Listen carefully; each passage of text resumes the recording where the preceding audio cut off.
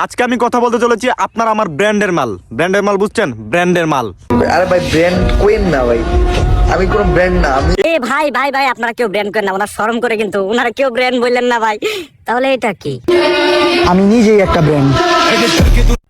উনি নিজেরই ব্র্যান্ড কইবে, আর কেউ কইতেই পারবে না। আর কেউ কইলেই কিন্তু ওনার শরম করে। প্লিজ ভাই, আর কেউ ওনার শরমটা দিয়ে না ব্র্যান্ড কইয়া। আগে আমি টিকটক করতাম আর এখন করি রোজ। আগে আমি টিকটক করতাম আর এখন করি রোজ। এমদাদুলের কথা শুনেই বোঝা গেছে ওই কত বড় যে মাদার চোদ।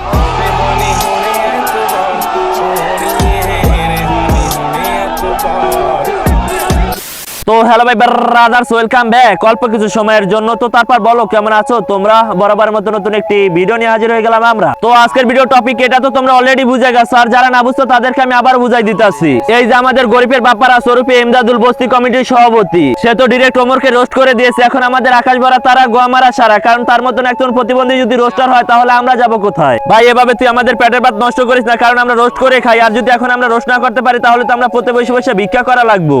আজকে আমি কথা বলতে চলেছি আপনার আমার ব্র্যান্ডের মাল। ব্র্যান্ডের মাল বুঝছেন? ব্র্যান্ডের মাল। এই যে টিকটকারদেরকে আমি অল্প ইচ্ছে বোকাচোদা বলি, এই যে ব্র্যান্ডের মাল। ব্র্যান্ডের মাল কি রে বোকাচোদা? ব্র্যান্ড বলবি ব্র্যান্ড? তোদের মাথায় যে গুবারা থাকে এটা আমি জানি, কিন্তু বাবাকে নিয়ে যখন কথা বলতে হবে তখন তুই একটু পড়াশোনা করে আবি। এখন দেখো ওমরকে নিয়ে আমি এই ধরনের কথা বলতাছি, কিছু 9 সালকা পোলাপান্ডা এসে বলবে ওমরকে নিয়ে তুমি সিম্পাথি গেইন করতে চাইতাছো। দেখ ভাই, এখন আমার যদি সিম্পাথি লাগতো তাহলে অনেক আগে আমি ওমরকে নিয়ে ভিডিও বানাইতাম। যদি কিছু করতে হয় নিজের যোগ্যতায় করবো, কারো পাঁচাইটা করার দরকার নাই। शाबाश बेटा।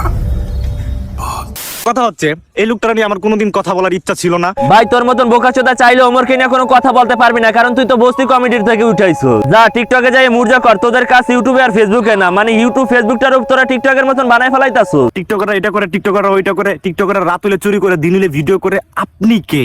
আপনি টিকটকার না? দেখ ওমর টিকটকার, বাট তোদের মতন এমন সাপড়িচোদা টিকটকার না। মানে তোরা তো লেভেল ছাড়া। ওমর একটা কথা বলার আগে 100 বার ভাবে, আর তোদের মাথায় যেটা আসে ওটাই বলে যাস, কারণ তোদের মাথায় তো গোবর ছাড়া কিছুই নেই। তাহলে তোরা বলবিটা কি? ইউটিউব জগতের পরিচয়টা করতে গেছে।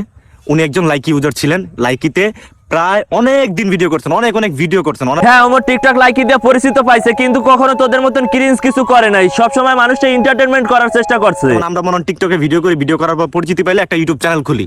উনিও সেম ভাবে লাইকিতে অনেকদিন ভিডিও করার পর একটা পরিচিতি পায়, তারপরে ইউটিউব চ্যানেল খুলে। হ্যাঁ, টিকটকে লাইকিতে পরিচিত পাওয়ার পর ইউটিউব চ্যানেল খোলে, কিন্তু তোদের মতন তো কখনো টিকটকে যায় বলে না আমার এখন একটা গান রিলিজ হবে, তোমরা সবাই যায় দেখে এসো। পাবলিকও বোঝে কে ব্র্যান্ড আর কে সাপড়িচোদা টিকটকার। দেখেন আজ উনি যত বড় ইউটিউবার হয়ে যান না কেন, উনার মূলটা কিন্তু ছিল টিকটকের মতো লাইকি অ্যাপস, বুঝছেন? হ্যাঁ বুঝছি পারা, কিন্তু বিশ্বাস কর ভাই, তুই যেটা পিওর বোকাচোদা এটাও আমরা বুঝে গেছি। মানে তোদের মতন বোকাচোদাদেরকে যতই বলবো তত তোদেরকে কোনো কাজ হবে না। মানে টিকটক করতে করতে তো তোর মাথাটা পুরো গেছে। এখন তুই কি বলস তুই নিজেও জানোস না ভাই। আগে কথা ভালো করে শিখায়, তারপর আইসা একজনের নামে বদনাম বলবি। ইউটিউব চ্যানেল খুলে যেমন আমরাও খুলি, অন্যান্য টিকটকাররা খুলে। দাঁত বালের মাথা, কোন বোকাচোদারা নিয়ে ভিডিও করতে বলছি? খাঙ্কির বেলা তো কথাই বলতো না, খাঙ্কির বেলা।